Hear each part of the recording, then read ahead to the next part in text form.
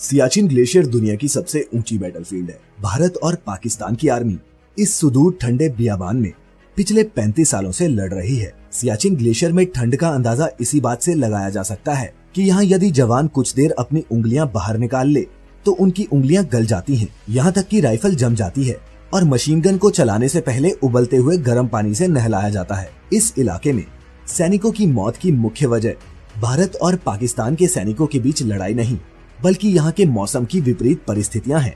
एक एस्टिमेट के मुताबिक यहाँ पर अब तक दोनों देशों के 2500 से ज्यादा जवानों को अपनी जान गंवानी पड़ी है। तो आखिर वो क्या वजह है कि इस बंजर जमीन के टुकड़े के लिए ये दोनों देश सालाना खरबों रुपए खर्च करते हैं? क्या है सियाचिन का पूरा मसला और कैसे शुरू हुआ ऑपरेशन मेघदूत? जानेंगे इन सभी सवालों के जवाब आज की इस वीडियो में। नमस्कार और स्वागत है आप सभी का द मिस्टिक आइलैंड पर एक बार फिर।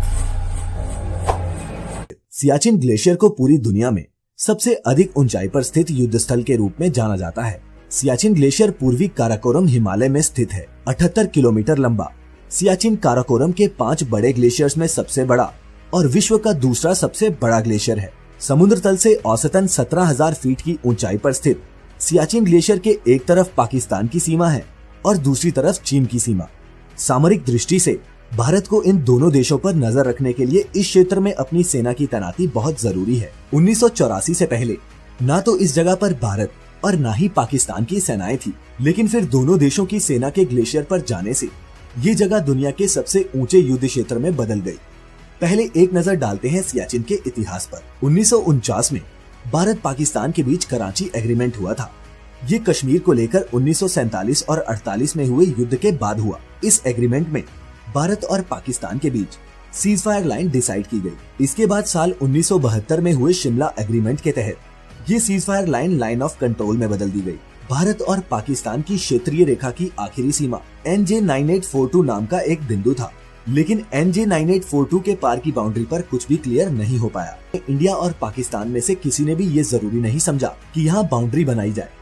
पाकिस्तान ने सियाचिन ग्लेशियर में पर्वतारोहण अभियानों को अनुमति देना शुरू कर दिया। फिर 1983 के बसंत तक ये साफ हो गया कि भारत को सियाचिन पर पैनी नजर बनाए रखने की जरूरत है। वर्ष 1984 के आसपास भारत को खुफिया जानकारी मिली कि पाकिस्तान सियाचिन ग्लेशियर पर कब्जा करने के लिए यूरोप की किसी खास कंपनी से विशेष प्रकार के गर्म सूट बनवा रहा है। इंटेलिजेंस रिपोर्ट के मुताबिक पाकिस्तान ने यूरोप के उसी सप्लायर को बहुत सारे आर्कटिक इक्विपमेंट खरीदने का ऑर्डर दिया जिनसे भारत पहले से ही माल खरीदता था। सप्लायर से मिली इस वाइटल इंफॉर्मेशन की मदद से इंडियन इंटेलिजेंस ने अंदाजा लगाया कि हो न हो पाकिस्तान की सेना कहीं बहुत ज्यादा ऊंचाई पर कदम जमाने के हिसाब से तैयारियां कर रही है। पाकिस्तान ने अपने सियाचिन मिशन को नाम दिया था ऑपरेशन अबाबील। इसके जवाब में भारत ने ऑपरेशन मेघदूत नाम से मिलिट्री ऑपरेशन शुरू किया। तुरंत ही भारत ने भी ये स्पेशल सूट पाकिस्तान से पहले बनवाकर सियाचिन पर चढ़ाई शुरू कर दी और पाकिस्तान से पहले पहुंचकर बिलाफोंट पास पर 13 अप्रैल 1984 को तिरंगा फहरा दिया। पाकिस्तान की सेना ने भी 25 अप्रैल 1984 को इस जगह पर चढ़ने की कोशिश की, लेकिन खराब मौसम और बिना तैयारी के कारण उन्हें वापस लौटना पड़ा। कुछ हफ्तों में ही भारतीय सेना पूरे सियाचिन इलाके पर अपना नियंत्रण जमा चुकी थी। इसके बाद गोलाबारी शुरू हुई और तोपें 19 साल तक गरजती रही। पाकिस्तान ने 21,000 फुट की ऊंचाई पर क्वैद पोस्ट नाम की एक पोस्ट बना ली। चूँकि भारत की सेना ने यहाँ पर पहले से कब्जा कर लिया था, इसलिए इस ग्लेशियर के ऊपरी भाग पर फिलहाल भारत और निचले भाग पर पाकिस्तान का कब्जा था। भारत यहाँ लाभदायक स्थिति में था। 21,000 फीट की ऊंचाई पर कैद पोस्ट अभी भी एक महत्वपूर्ण चौकी थी जिस पर भारत का नियंत्रण नहीं था। फिर 26 जून सन 1987 को भारतीय सेना ने अचानक हमला कर दिया। दोपहर 1:30 बजे नायक सूबेदार बाना सिंह अपनी टीम के साथ 1,500 फीट ऊंची बर्फीली दीवार पर चढ़े और उन्होंने कैद पोस्ट को अपने नियंत्रण में ले लिया। ये एक बड़ी जीत थी जिसके लिए कैप्टन बाना सिंह को उनके अभूतपूर्व शौर्य के लिए भारत के सर्वोच्च सैन्य सम्मान परमवीर चक्र से नवाजा गया। इस पोस्ट का नाम बाद में बाना सिंह के नाम पर बाना पोस्ट कर दिया गया। और दोस्तों, तब से ही दोनों देशों ने अपने सैनिक उस इलाके में लगा रखे हैं। आज तक सीमाओं के निर्धारण को लेकर दोनों देश के बीच एक सहमति नहीं बन पाई है। दोनों ही देश शिमला एग्रीमेंट में इस्तेमाल हुई टर्म ग्लेशियर के उत्तर में को अपने अपने तरीके से इंटरप्रेट करते हैं।